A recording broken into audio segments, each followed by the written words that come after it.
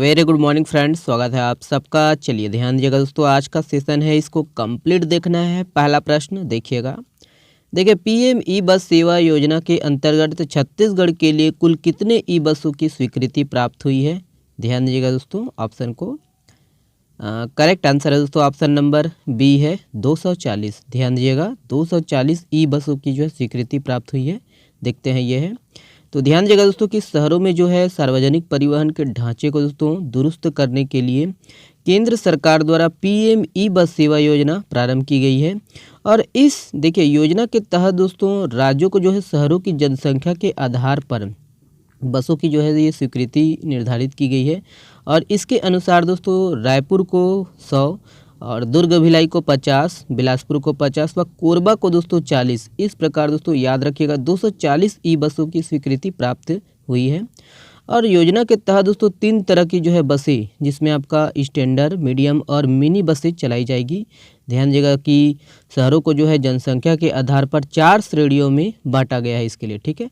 तो ये ऐड करना है दोस्तों कि छत्तीसगढ़ को कितने, है ना, छत्तीसगढ़ को कितने ई बसें जो है मिलेंगी, तो 240, ठीक है। देखिए, हाल ही में चर्चित महामाया एयरपोर्ट यह किस जिले में स्थित है? ध्यान दीजिएगा दोस्तों ऑप्शन को करेक्ट आंसर है दोस्तों ऑप्शन नंबर डी, याद रखना सरगुजा। ओके, तो सबसे पहले आपको ये ध्यान रखना है दोस्तों कि महामाया एयरपोर्ट को आपका, है ना, दरिमा एयरपोर्ट के नाम से भी जाना जाता है और आपका अंबिकापुर एयरपोर्ट के नाम से भी जाना जाता है, ठीक है, ऐड करिएगा।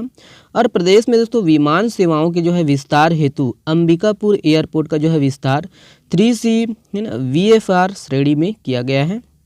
और director general of civil aviation Bharat सरकार द्वारा 15 मार्च 2024 को दोस्तों अंबिकापुर एयरपोर्ट का जो है बहुप्रतीक्षित लाइसेंस जारी कर दिया गया है। और अंबिकापुर एयरपोर्ट के जो है लाइसेंसी के साथ राज्य में जो है अब, है ना, RCS योजना अंतर्गत बिलासपुर, जगदलपुर सहित 3 जो है लाइसेंस युक्त एयरपोर्ट हो गए हैं। और एक कौन है, तो रायपुर है, ठीक है, माना एयरपोर्ट, ठीक है। VFR श्रेणी का जो है लाइसेंस प्राप्त होने के बाद दोस्तों अंबिकापुर एयरपोर्ट से 72 सीटर विमान के माध्यम से दोस्तों विमान सेवाओं का जो है संचालन प्रारंभ हो सकेगा, ठीक है। तो ये इतना पॉइंट है, ऐड करिएगा। ओके, चलिए देखिए, निम्नलिखित में से किसे रेनबो मीडिया द्वारा दोस्तों IM women of the year award से सम्मानित किया गया है? ध्यान दीजिएगा ऑप्शन को करेक्ट आंसर है दोस्तों ऑप्शन नंबर डी, याद रखना है सोनम श्रीवास्तव। ओके, देखते हैं डिटेल से, ये ध्यान दीजिएगा। याद रखिएगा दोस्तों कि देखिए रेनबो मीडिया द्वारा दोस्तों अंतर्राष्ट्रीय महिला दिवस पर छत्तीसगढ़ की जो है सोनम श्रीवास्तव को IM women of the year award से सम्मानित किया गया है। और यह है कि अवार्ड शो का जो आयोजन है अंजलि मौर्य द्वारा किया गया है, ठीक है। ध्यान दीजिएगा, ये सोनम श्रीवास्तव, ओके, छत्तीसगढ़ की है। चलिए नेक्स्ट प्रश्न ये है। देखिए, राज्य में 58वां विभाग का गठन किया गया है, इसका नाम क्या है? ध्यान दीजिएगा दोस्तों ऑप्शन को करेक्ट आंसर है ऑप्शन नंबर सी, सुशासन व अभिसरण विभाग। ओके, ऐड करिएगा, ध्यान दीजिए इसके संबंध में। तो याद रखिएगा दोस्तों कि छत्तीसगढ़ में 58वां जो है विभाग का गठन किया गया है, इसका नाम क्या रखा गया है? तो ध्यान दीजिएगा सुशासन व अभिसरण विभाग रखा गया है। ओके, और राज्य शासन द्वारा दोस्तों भारतीय पुलिस सेवा के जो है अधिकारी और मुख्यमंत्री के जो है सचिव राहुल भगत को दोस्तों उनके वर्तमान कर्तव्य के साथ सुशासन व अभिसरण विभाग का जो है अतिरिक्त प्रभार दिया गया है। ओके, तो ऐड करना है ये 58वां विभाग का नाम और इसका जो है पदभार किसे दिया गया है, ठीक है। चलिए नेक्स्ट प्रश्न देखते हैं दोस्तों, ये है। देखिए, निम्नलिखित में से किसे व्यापम और माध्यमिक शिक्षा मंडल का अध्यक्ष पद सौंपा गया है? ध्यान दीजिएगा दोस्तों, व्यापम का अध्यक्ष किसे बनाया गया है? ऑप्शन है करेक्ट आंसर है दोस्तों ऑप्शन नंबर ए है रेणुजी पिल्ले। ओके, देखते हैं ये है। तो ध्यान दीजिएगा दोस्तों कि ACS रेणुजी पिल्ले को व्यापम और माध्यमिक शिक्षा मंडल का जो है अध्यक्ष पद सौंपा गया है। और देखिए, रोक्तिमा यादव इसे संचालक बनाया गया है योजना आर्थिक एवं सांख्यिकी मामले का। और चंदन, याद रखना, चंदन संजय त्रिपाठी संचालक स्वच्छ भारत मिशन ग्रामीण का। और विनीत नंदनवार को जो है प्रबंध संचालक बनाया गया छत्तीसगढ़ बेवरेजेस कॉरपोरेशन का। और सुधाकर खलखो, ध्यान दीजिएगा, प्रबंध संचालक बनाया गया है ये आपका माटी कला बोर्ड का। ओके, चलिए नेक्स्ट प्रश्न देखते हैं, ये है। देखिए, हाल ही में चर्चित दहका नृत्य ही यह किस जिले के जनजाति द्वारा किया जाता है? तो ये इम्पोर्टेंट प्रश्न है दोस्तों, ध्यान दीजिएगा इसको, बहुत इम्पोर्टेंट प्रश्न है। करेक्ट आंसर है दोस्तों option number A Surguja. Okay, ध्यान दीजिएगा, सरगुजा में जो है कोल जनजाति के द्वारा दोस्तों दहका नृत्य किया जाता है। ओके, तो यही है, ध्यान दीजिएगा दोस्तों कि कोल दहका नृत्य या है ना कोल हाई, ये नाचा जो है कोल जनजाति के द्वारा किए जाने वाले ये पारंपरिक नृत्य है। ध्यान दीजिएगा कि इस नृत्य में दोस्तों पुरुष जो है वादक और गायन दोनों की जो है भूमिका निभाते हैं। और वही है कि इस नृत्य में दोस्तों ढोल एवं है ना देखिए झांझ वाद्य यंत्रों का जो है उपयोग होता है और इसे दहका नृत्य के नाम से भी जाना जाता है। और नृत्य के दौरान दोस्तों इन महिलाओं के जो है चेहरे जो है घूंघट से ढके हुए होते हैं। ध्यान दीजिएगा, घूंघट से ढके होते हैं।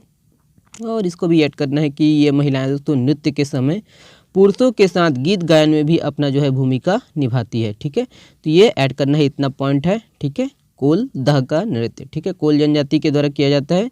कोल जनजाति का संकेंद्रण सरगुजा में है। सरगुजा के जो है कोल जनजाति के द्वारा ये किए जाने वाले पारंपरिक नृत्य है। ठीक है, ऐड करिएगा दोस्तों। नेक्स्ट प्रश्न देखते हैं, ये है देखिए, जापान का पहला निजी क्षेत्र का रॉकेट नाम क्या है इसका? ध्यान दीजिएगा दोस्तों, ऑप्शन को करेक्ट आंसर है दोस्तों ऑप्शन नंबर ए है काइरोस। ओके, देखते हैं डिटेल से। ये है, ध्यान दीजिएगा कि जापान का जो है पहला निजी क्षेत्र का जो रॉकेट है जिसे क्या नाम दिया गया है ना, काइरोस। ध्यान दीजिए कि ये जो है जापान के जो है वाकायामा दोस्तों प्रांत से उड़ान भरने के बाद कुछ ही समय बाद ये हवा में फट गया, इसीलिए चर्चा में था, आप लोग को पता ही होगा। और यह जापान का दोस्तों पहला निजी तौर पर विकसित रॉकेट उड़ान था। और 18 मीटर और 33 टन जो है काइरोस रॉकेट निजी क्षेत्र की जो है स्पेस कंपनी स्पेस वन द्वारा लॉन्च किया गया था। और स्पेस वन की जो स्थापना है 2018 में हुई थी। ठीक है, तो इतना कुछ है, ऐड करिएगा। नेक्स्ट प्रश्न ये है दोस्तों, देखिए, निम्नलिखित में से किसे नया चुनाव आयुक्त चुना गया है? ध्यान दीजिएगा, ऑप्शन को करेक्ट आंसर है दोस्तों ऑप्शन नंबर सी उपरोक्त दोनों। ध्यान दीजिएगा, सुखबीर सिंह संधू और आपका ज्ञानेश कुमार। ठीक है, ध्यान दीजिएगा, संधू। ये है, याद रखने की पूर्व जो है IAS अधिकारी सुखबीर सिंह संधू और आपका ज्ञानेश कुमार को नया जो है चुनाव आयुक्त चुना गया है। और चुनाव आयुक्त दोस्तों अनूप चंद्र पांडे के रिटायर होने और देखिए अरुण गोयल के जो है इस्तीफे के बाद ये जो पद है वो खाली था। और सुखबीर सिंह संधू दोस्तों 1988 बैच के जो है रिटायर्ड IAS अधिकारी हैं और वे उत्तराखंड कैडर के अधिकारी हैं। ठीक है, और ज्ञानेश कुमार दोस्तों 1988 बैच के जो है ये आपका केरल कैडर के दोस्तों IAS अधिकारी हैं। ठीक है, तो ये सब है, ऐड करिएगा इसको। और ये वाला प्रश्न आप लोगों के लिए दोस्तों, हाल ही में चर्चित महामाया पहाड़ या किस जिले में स्थित है? तो इसका जवाब आप लोग को देना है कमेंट्स बॉक्स में। और हाँ दोस्तों, एक और कि आप लोगों में से बहुत लोग दोस्तों वीडियो को देखते हैं, है ना, 60% लोग तो दोस्तों सब्सक्राइब करते हैं, लेकिन 40% ऐसे हैं जो बिल्कुल भी सब्सक्राइब नहीं करते दोस्तों। तो प्लीज़ सपोर्ट करिएगा और हाँ अपने दोस्तों तक शेयर करिएगा दोस्तों।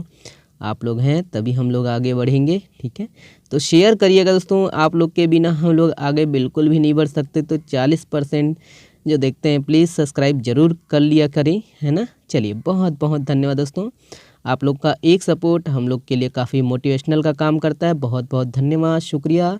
स्वस्थ रहिए, मस्त रहिए और हाँ पढ़ते रहिए। शुक्रिया।